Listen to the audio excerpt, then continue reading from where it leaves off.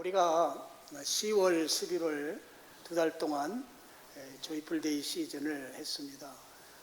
여러분들이 조이풀데이 카드를 직접 적어서 내고, 그래서 그 카드의 이름이 이제 전도 대상자죠.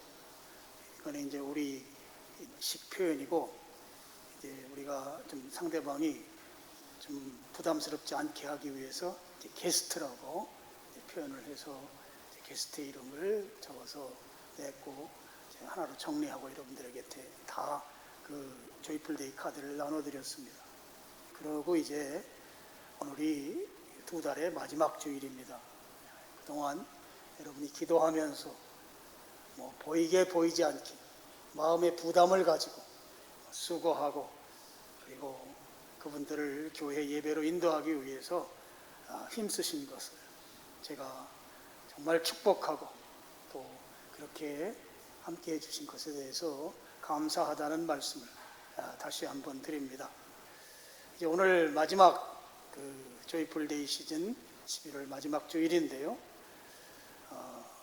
우리가 그렇게 수고했지만 이제 실제적으로 내가 게스트로 정한 분이 교회 예배에 참여하지 못한 상황들, 이 상황도 우리가 현실로 받아들여야 되겠죠. 그런 상황 속에서 좀 그동안 고생하고 수고했는데 결과가 아직 나타나지 않은 상태. 그리고 또 몇몇 분들은 또 잘 결과가 나타나서 함께 예배를 드린 분들도 계십니다. 어쨌든 결과가 아직 나타나지 않았던, 결과가 나타났고, 이 나타나는 결과가 중간에 부러지지 않고 지속될 수 있도록 그렇게 힘써 주시길 바라면서, 그렇게 수고해 주신 여러분들을 정말 하나님이 기뻐할 것이다 하면서 저도 동시에 여러분에게 감사하다는 말씀을 드리는 것입니다. 조이풀데이 시즌을 시작할 즈음에 제가 우리 이제 전도와 관련된 말씀을 전하고 났는데, 우리 아들이 지나가는 말로 그러더라고요. 아빠, 복음 설교를 해야 하는 거 아니냐고 가끔 얘기해요. 그래서 새로 오시는 분들을 위해서 복음 메시지가 필요하기 때문에 그렇게 이야기한 것 같아요. 그 이야기가 이제 제 마음속에 계속 부담으로 있었습니다. 이제 여러분이 교회 예배에 많은 분들을 모셔오면 당연히 복음을 전해야 되는 것은 이제 저의 책무이죠. 그래서 그렇게 마음속에 갖고 있었는데, 이제 조이풀데이 시즌 이제 두 달 중에 마지막 주일 오늘 우리 아들의 제안대로 복음과 관련된 말씀을 오늘 좀 나누려고 합니다. 그래서 오늘 말씀의 제목이 죽음과 그 이후 인간의 미래에 대해서 말씀드리려고 합니다. 그래서 우리가 다 불신자면 그 불신자 대상으로 이렇게 말씀을 전하기가 좋은데, 우리는 또 베테랑 신자들도 있고 그렇기 때문에 우리가 다 은혜를 받아야 돼서 좀 이 부분은 그렇게 이번에 말씀을 전하려고 이렇게 준비했습니다. 자, 여러분, 현대를 사는 사람들에게 있어서 아주 보편적 특징이 한 가지가 있는데, 죽음을 가볍게 여긴다고 하는 것이 현대인들의 특징 가운데 하나입니다. 죽음을 가볍게 여기는 것이죠. 죽음을 가볍게 여기는 것의 가장 큰 특징, 특별히 우리나라의 경우에는 이 높은 자살률이 그 증거입니다. 우리나라의 자살률은 인구 대비 세계 1위입니다. 이런 건 1등 하면 절대 안 되는 건데 1위 하는 거예요. 너무너무 안타까운 그런 통계를 우리가 가지고 있습니다. 자살률만 1위인가? 여러분이 매스컴을 통해서 종종 경험하겠지만 아주 많은 그 살인 사건들, 또 잔인한 살인 사건, 이 여럿을 뭐 이렇게 대상으로 한 그 나쁜 짓을 하고, 이런 이 살인 사건도 점점 더 늘어나고 있는 그런 상황들. 요즘은 뭐 CCTV가 뭐 범인이 거의 다 잡히는데도 불구하고 그렇게 많은 살인들이 일어나고 있는 거죠. 거기에다 또 하나 이 죽음을 가볍게 여기는 것의 그 어떤 방증이라고 할까요? 우리나라의 인구 대비 가장 높은 교도소 수감률, 이런 것들도 우리나라가 갖는 참 부끄러운 이 1등들입니다. 이런 것들이 오늘 우리가 죽음을 좀 가볍게 여기는 것들의 어떤 증거다 하는 거죠. 그리고 우리는 매스컴이 발달하면서 너무나 많은 죽음의 소식을 듣습니다. 우리나라뿐만 아니라 전 세계적으로 사람이 죽는 것에 대한 소식을 많이 접하다 보니까 나도 모르게 죽음에 대해서 무덤덤해지고 또 무감각해져 버렸어요. 그래서 죽음이 누가 죽은들 그렇게 중요하게 생각하지 않는 이제 그런 태도를 현대인들이 가지고 있습니다. 그리고 지금 전 세계적으로 전쟁이 여러 곳에서 있습니다.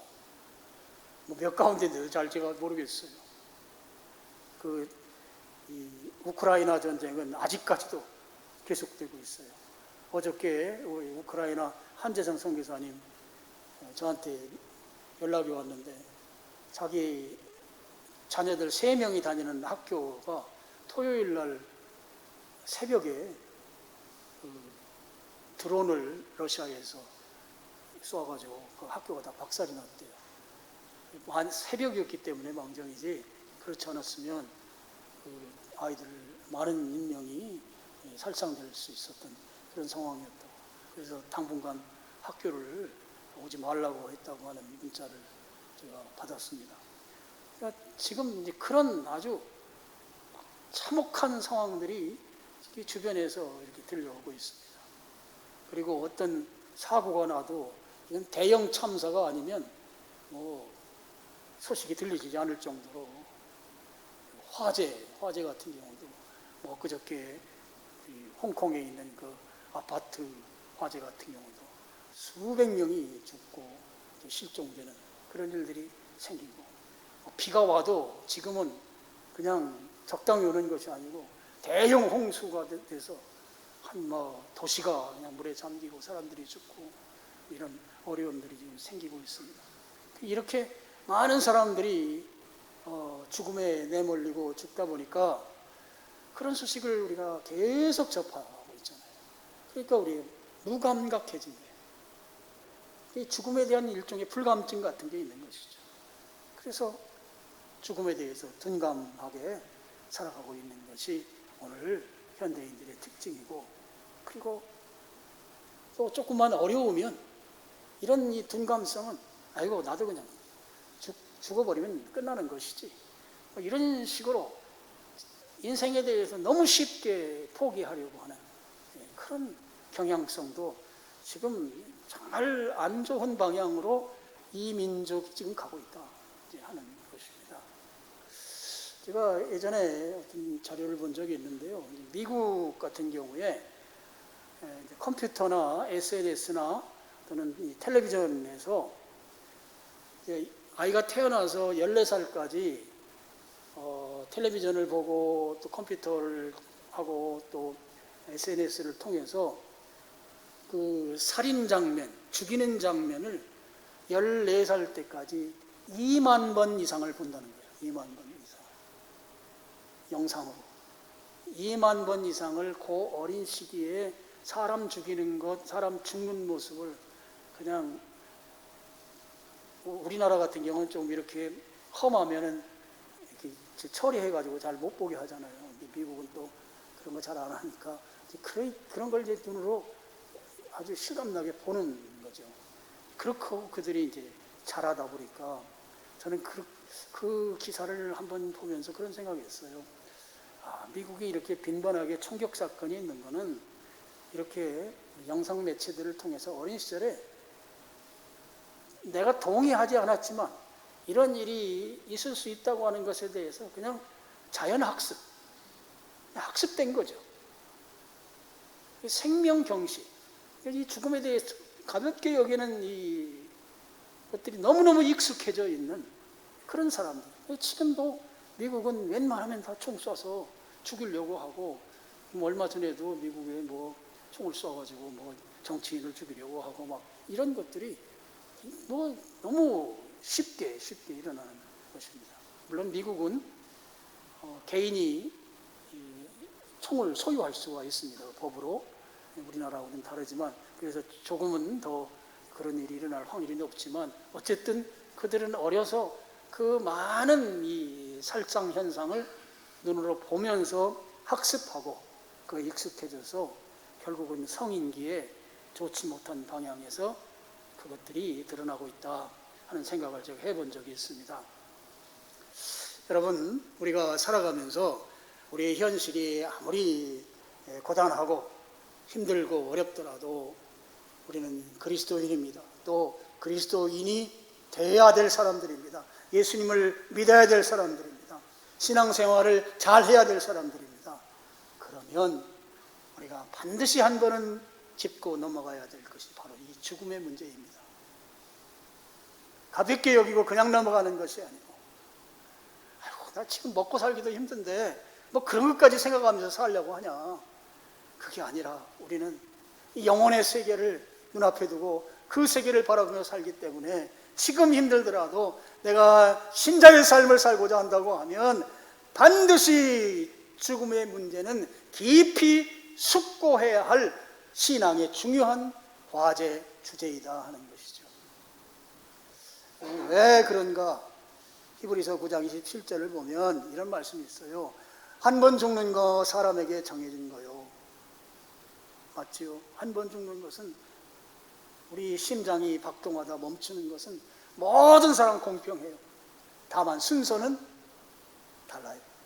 태어나는 순서는 있지만 가는 순서는 이게 뒤죽박죽입니다. 한 번 죽는 것은 사람에게 정하신 것이요, 그 후에는 심판이 있다. 여러분, 이 죽음의 문제를 우리가 숙고해야 될 이유가 죽은 이후에 심판이 있다고 한 이것 때문인 것입니다. 이 문제를 해결하기 위해서 죽음의 문제에 대해서 우리가 깊이 숙고해야 된다 하는 것이죠. 그런데도 애석하게 죽음이 갖는 특징이 한 번 죽으면 뒤로 돌릴 수가 없어요. 윷놀이판에 백도가 없단 말이에요. 죽음은 백도가 없어요.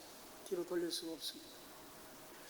그래서 누가 죽었다가 좀 다시 돌아와가지고 그 죽은 경험을 좀 이야기라도 해주면 그래도 우리가 생각이 좀 달라질 수 있을 텐데, 죽으면 그냥 영원히 죽음이니 이 죽음 경험담을 우리가 들을 수도 없습니다. 그러다 보니까 이제 죽음 이후에 심판이 있다고 하는 이 부분에 대해서 의심하는 사람들이 생기는 거죠.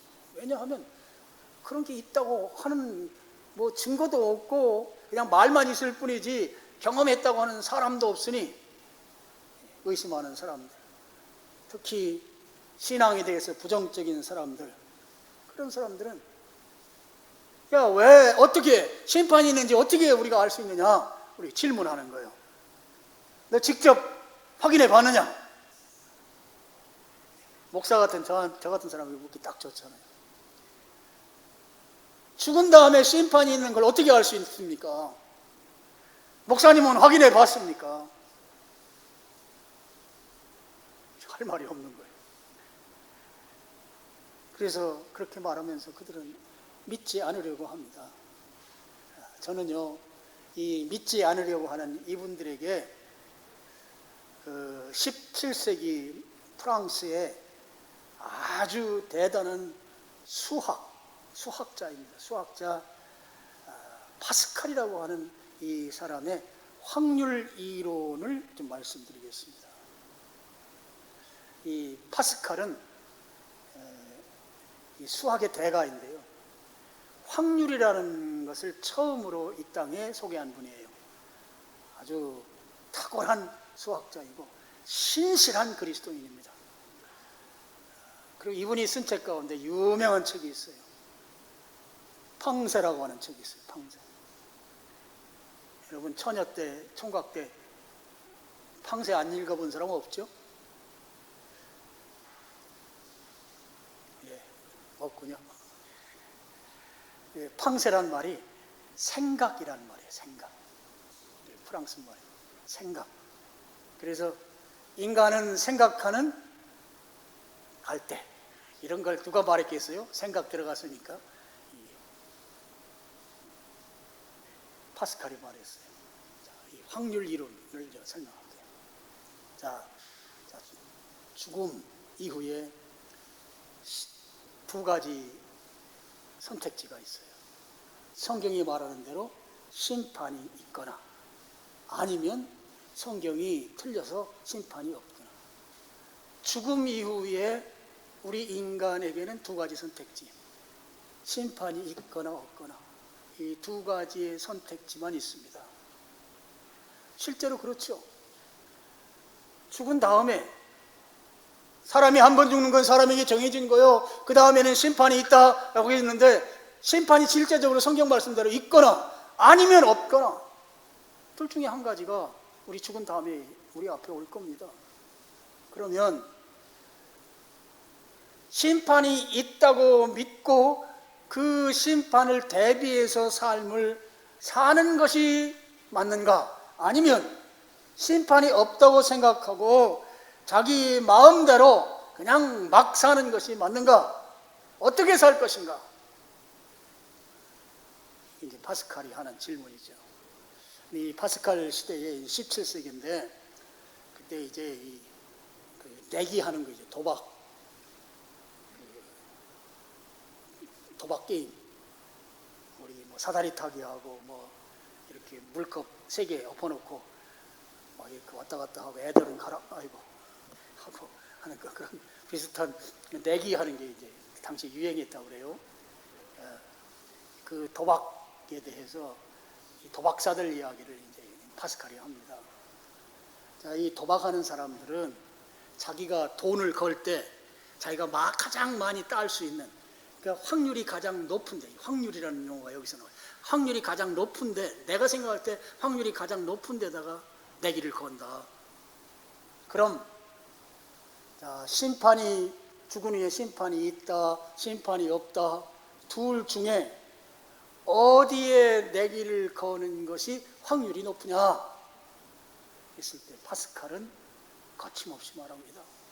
심판이 있다라고 하는데 거는 것이 아마 지상에 있는 모든 도박사들이 동일하게 그것이 확률이 높다고 생각하고 거기에 걸 것이다. 그렇게 말합니다. 그러면서 이제 그 증거, 왜 그러느냐? 만약에 죽은 후에 죽어보니까 실제적으로 심판이 없어요. 없으면 이 땅에서 살면서 심판을 대비하면서 살아왔는데 심판이 없으면 내가 손해볼 게 없어. 그냥 에이 그런가 보다 하고 지나가는 거예요. 그런데 만약에 내가 심판이 없다고 생각하고 이 땅에서 막 살고 대충 살고 그냥 내 맘대로 살고 그렇게 살다가 딱 갔는데 심판이 있어. 엄청난 손해, 대형 사고가 내 앞에 닥치는 것이죠. 그러니까 이 도박하는 도박사들은 당연히 심판이 있다고 하는데 내기를 걸 것이다. 그래서 우리 인간은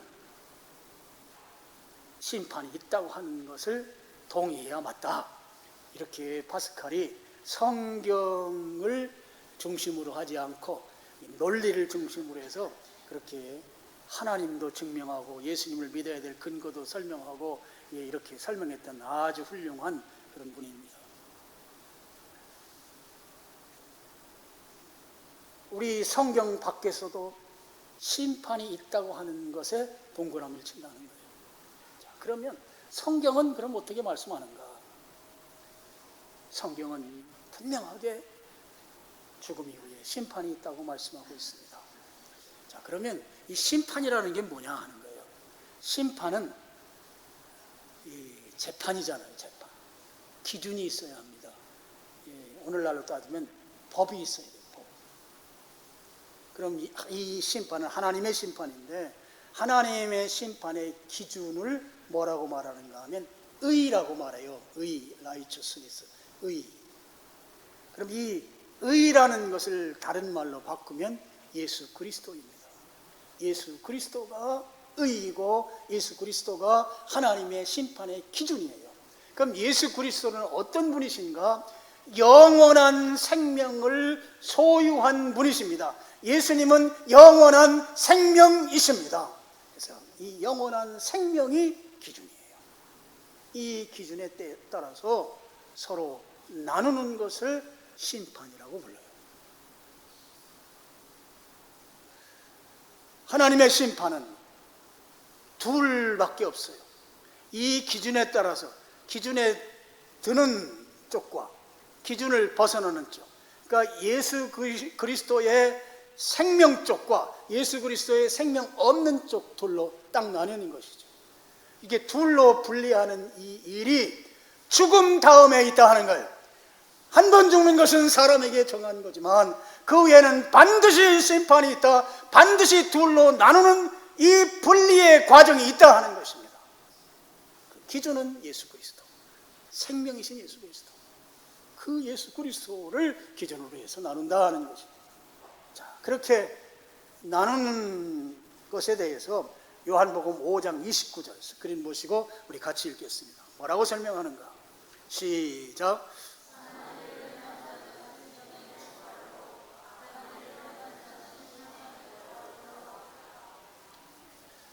이 구절이요, 참 우리가 그냥 한글로 읽으면 좀 어려워요. 선한 일을 행한 자는 생명이, 뭔가 행위에 의해서 이 생명을 얻는 거예요. 어떤 행위 구원이라고 그러잖아요. 뭔가 내가 해야만 생명이 있는 것처럼 읽혀져요. 그 다음에 악한 일을 행한 자는 심판의 무한, 악하게 살아온 악한 행위를 했기 때문에 심판받는다, 이렇게 둘로 나누는 것처럼 이 성경 구절이 되어 있는데요. 근데 이제 이 구절은 이제 처음 신약 성경이 헬란말로 썼거든요. 헬란말. 그 헬란말에는 시제라는 게, 태라는 게 태, 시제죠. 태. 그래서 수동태, 능동태, 우리 영어 공부할 때 배우셨잖아요. 신기하게도요, 선한 일을 행한 자 할 때 이 선한 일을 행한 자는 이란 그 말은 수동태예요. 그러니까 선한 일에 내가 혜택받는 것을 의미합니다. 내가 한 번에. 그러니까 예수 그리스도의 십자가의 복음을 믿는 그것으로 인해서 내게 생명의 부활이 주어지는 혜택. 내가 한 게 아니라 예수 그리스도에 의해서 되어지는 수동태로 되어 있어요. 그런데 뒤에 나오는 악한 일을 행한 자는 여기는 능동태로 되어 있어요. 내가 하는 거예요. 자범죄, 내가 스스로 하는 것입니다. 악한 일을 했을 때는 심판의 부활로, 그러니까 현재 죄짓고 사는 그 모습 그대로 살게 되면 심판의 부활, 둘로 딱 나뉘는 거예요. 하나는 예수 그리스도에 의해서 생명을 얻게 되는 그 부활이 있고, 그렇지 아니하고 그냥 그대로 살던 사람들은 심판받는다. 둘로 그렇게 나뉜다는 것을 요한복음 5장 29절이 설명하고 있습니다. 누가복음 16장에 가보면 여러분이 잘 아는 스토리가 하나 있어요. 부자와 거지 나사로 이야기입니다. 부자가 죽었습니다. 음부에 떨어졌어요. 음부는 이제 지옥을 표현하는 것입니다. 물론 음부가 여러 의미가 있어요. 그냥 무덤이라는 스월이라고 해서 무덤이라는 뜻도 있지만, 지옥 또는 깊은 수렁, 무저갱 이런 뜻도 있고 다양한 뜻이 있습니다. 이 누가복음 16장의 부자와 거지 나사로 이야기는 지옥이죠. 여기 떨어졌습니다. 지옥에서 고통 중에 있습니다. 그러다가 눈을 들어 보니까 저 멀리 아브라함은 하나님의 상징이에요. 아브라함이 하나님께서 거지 나사로를 품에 안고 있는 거예요. 깜짝 놀란 거죠. 거지 나사로는 부자는 집에서 띵까띵까 그냥 고급 음식 먹으면서 배불리 먹고 그냥 호의호식하던 사람이고, 나사로는 그 집에서 나오는 그 부스러기, 그 찌꺼기, 그거 구걸에서 먹던 사람인데, 그 구걸에서 먹던 사람이 하나님 품에 지금 안겨 있다. 그걸 보고 이 부자가 하나님께 간구합니다. 자, 스크린 올려주시죠. 누가복음 16장 27절입니다. 이르되 그러면 아버지여 구하오니 나사로를 내 아버지 집에 보내소서. 이 아브라함을 향해서 아버지라고 부릅니다. 유대인들의 조상이죠. 하나님께 대해서 아버지라고 부르지만 그 아버지 관계는 아니죠. 아버지여 구하오니. 나사로를, 지금 하나님 품에 있는 나사로를 내 아버지 집, 내가 살던, 육신을 입고 살던 그곳으로 다시 돌려보내주세요. 살려서 그곳에 보내주세요. 그 뜻이에요. 그러면서 28절, 내 형제 5명이 있습니다. 그들에게 증언하여, 나사로가 살아서 돌아가가지고 증언해서 그들이 이 고통받는 곳에 오지 않게 하세요. 내가 지금 너무너무 고통스러운데 이곳에 우리 형제들, 우리 자식들도 올 건데 그들 오지 않도록 나사로 살려서 돌려보내가지고 제발 여기 오지 않게 만들어 주십시오. 이렇게 하나님께 간절히 구하고 있는 겁니다. 제가 이거 보면서 그 생각했어요. 여러분, 우리 세대 있죠? 우리 부모님 세대 있죠? 부모님 세대까지 여러분 예수님 믿었을 거예요. 그다음에 조부모 세대 있죠? 그분들까지 예수님 믿은 가정들이 있을 수 있어요. 그 다음에 중조부쯤에서는 이제 아마 유교나 우리 토속 종교를 믿었을지 모르겠어요. 그분들 이 고통받는 지옥에 갔습니다. 근데 이걸 보면서 불신자인 우리의 선조들도, 우리의 부모님 세대도 자식들만큼은 지옥 오지 않기를 바란다. 그래서 제가 일부 예배 시간에 지옥에서도 부모는 자식을 사랑한다, 지옥 가서도 부모는 자식을 사랑한다. 얼마나 힘들고 얼마나 고통스럽고 얼마나 견디기 어려우면 죽은 나사로 좀 살려서 보내가지고 우리 형제들, 우리 자식들 이곳에 오지 않게 해달라고 안 믿는 내가 간구하겠냐고. 나는 이미 버렸고.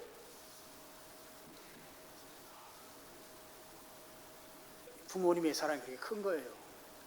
아시기나 아셨어요? 그러니까 내 부모님이 예수님을 안 믿어가지고 내가 이 모양 이 꼴이 됐다 이렇게 말하면 돼요? 안 돼요? 안 돼요.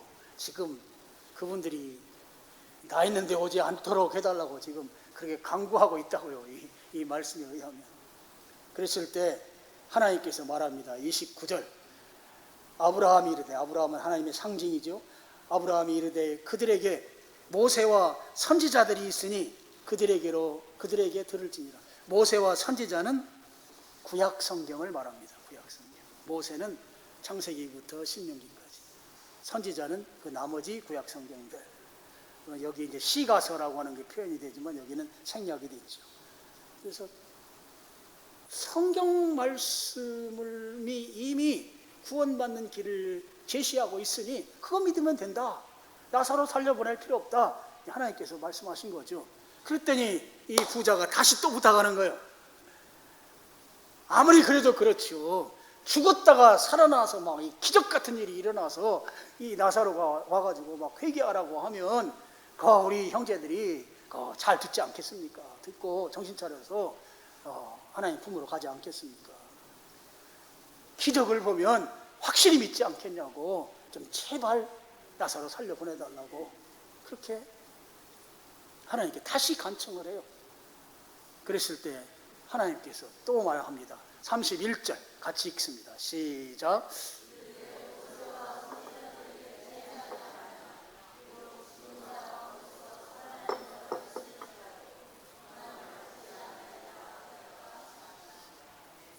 모세와 선지자들에게 성경 말씀을 듣고 믿지 않으면 죽은 자가 살아나는 일이 있을지라도 그 사람들이 권하더라도 안 된다 하는 거야. 안 된다.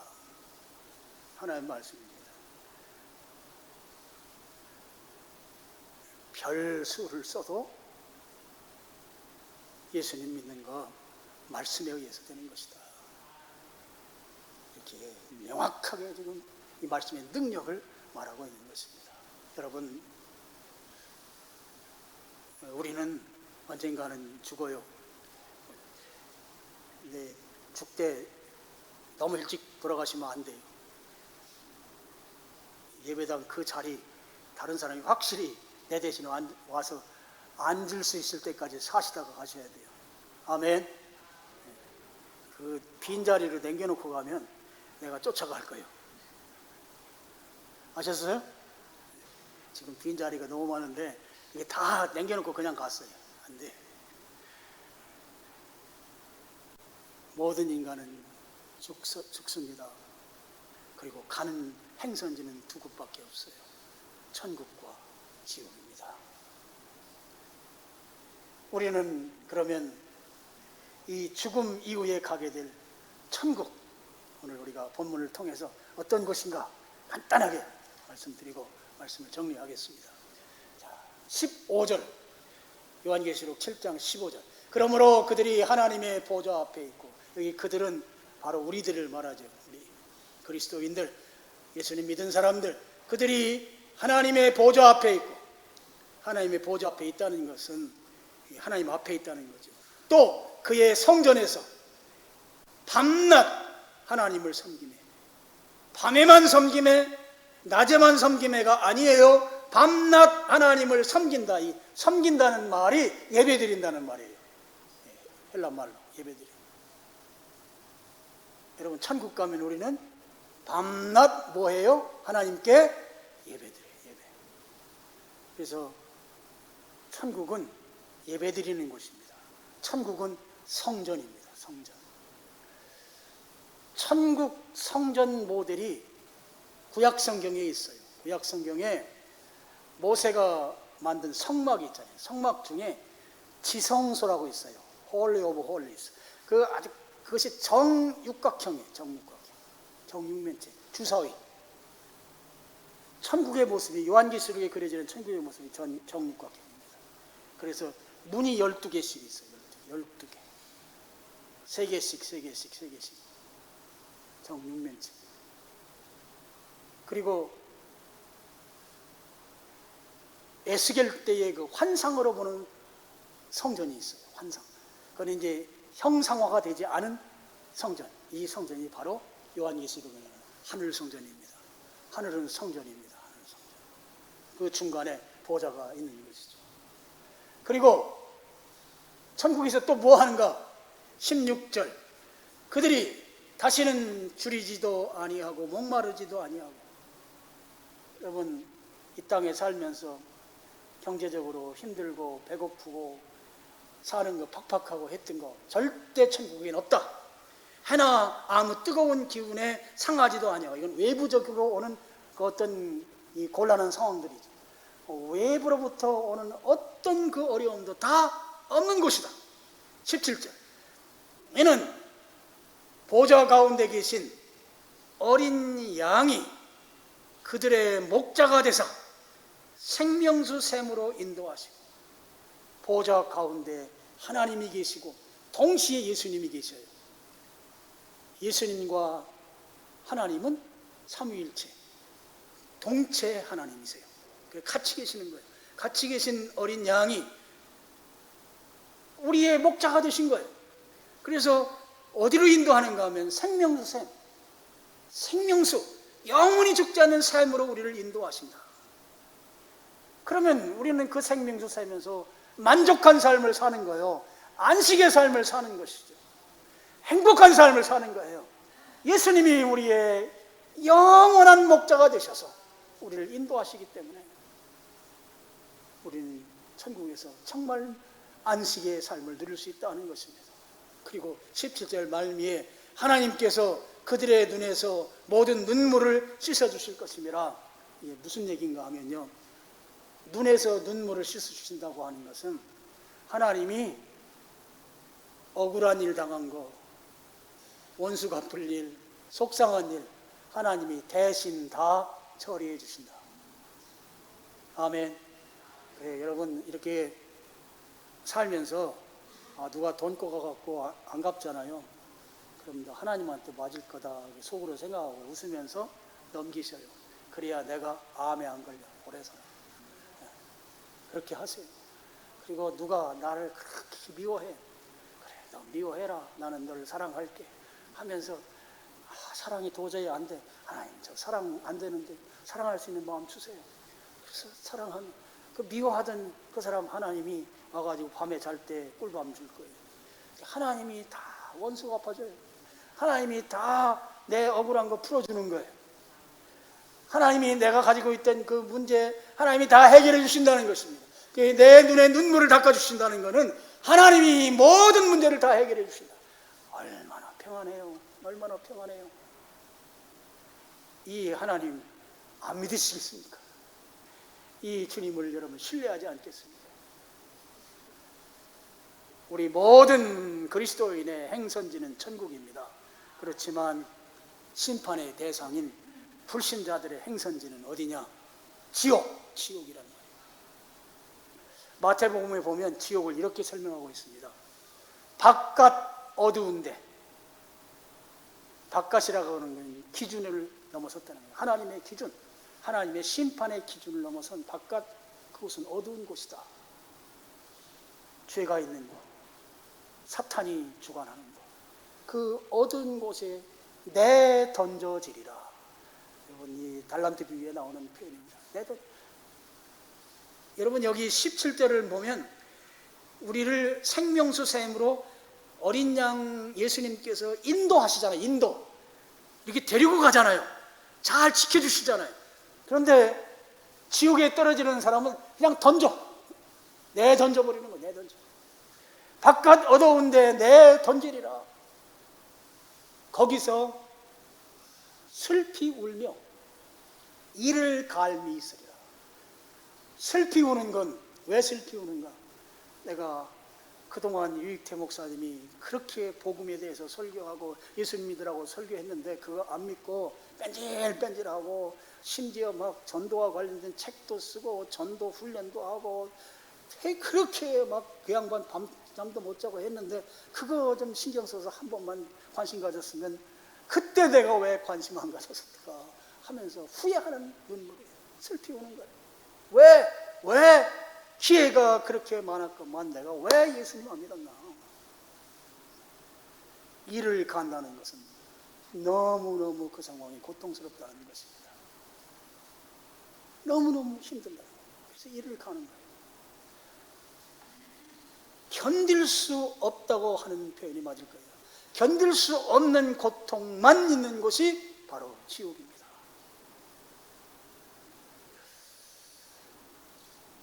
지옥의 영향력은 지금 우리에게 여전히 크게 다가오고 있습니다. 사는 것이 예전보다는 훨씬 윤택해졌는데도 불구하고 사람들은 이 공허감 속에서, 허무감 속에서 내가 왜 살까? 이런 생각들을 하면서 자기의 삶을 피폐하게 만들어가고 있습니다. 왜 이런 현상들이 계속 생기는 것일까? 저는 그렇게 생각해요. 우리가 텔레파시라는 말도 있습니다만 예감, 앞으로 일어날 일에 대한 예감. 우리가 죽음을 두려워하잖아요. 왜 두려워하는가 하면 죽음 이후에 지옥 심판 때문에 죽음을 두려워해요. 죽음은 원래 하나님이 인간에게 허락한 게 아니에요. 근데 허락한 것이 아닌 것이 우리에게 왔을 때 그것을 내가 당할 때 두려워하는 거예요. 지금 미래에 지옥 형벌이 나를 휩쓸어갈 것에 대한 이 예감이 나로 하여금 두려워하게 하고 불안하게 하고 공허감 속에 살게 한다 하는 거죠. 예전에 저 어렸을 때 우시장에 가서 도살장으로 팔려가는 소를 보면 소가 자기가 언제 죽을지 모르는데 도살장에 팔려가는 소들 보면 그때 우시장에 어르신들 하는 말 들어. 저 소 우는 거 보라고. 눈에서 눈물이 줄줄 나요. 자기 죽을 걸 미리 안다는 거죠. 그런 것 같기도 하고, 그때 내가 야, 소도 저렇게 감성이 있나 뭐 그렇게 제가 생각했던 적이 있습니다. 어린 시절입니다. 사람들은 그걸 벗어나 보려고 같은 방법을 다 쓰는 거예요. 공허감, 허무감, 이 지옥의 이 영향력으로부터 벗어나려. 그 중에 대표적인 것이 이단 종교에 깊이 빠지는 것입니다. 그래서 여러분, 말세가 가까워지면요, 이단이 강력하게 등장해요. 이단이 아주 흥왕해지는 것이 말세의 현상입니다. 그래서 우리 디모데서에도 나오잖아요. 이 거짓 그리스도가 나타나고 이 악한 영들이 강하게 역사하는. 왜냐하면 사람들이 이 지옥의 영향력에서 벗어나 보려고 자기들이 심취하는 것이 이단에 빠지는 것입니다. 그리고 유흥에 빠지고 쾌락에 빠지고, 그 다음에 각종 중독증, 일상생활이 불가능한 어떤 한 가지에 아주 집중해서 중독증에 빠지는. 그래서 그런 사람들이 정신과의 도움을 받으며 살아가려고 하지만, 영적인 일은 정신과의 도움을 받는다고 해도 영적인 것은 도움이 되지 않습니다. 죄와 지옥의 영향력이 점점 더 커가는 것이 바로 오늘 우리 시대가 아닌가 그렇게 생각합니다. 자, 말씀의 결론입니다. 그럼 우리는 어떻게 천국에 입성할 수 있겠는가? 요한복음 14장 1절로 3절 말씀입니다. 너희는 마음에 근심하지 말라. 하나님을 믿으니 또 나를 믿으라. 내 아버지 집에 거할 곳이 많도다. 그렇지 않으면 너희에게 일렀으리라. 내가 너희를 위하여 거처를 예비하러 가노니.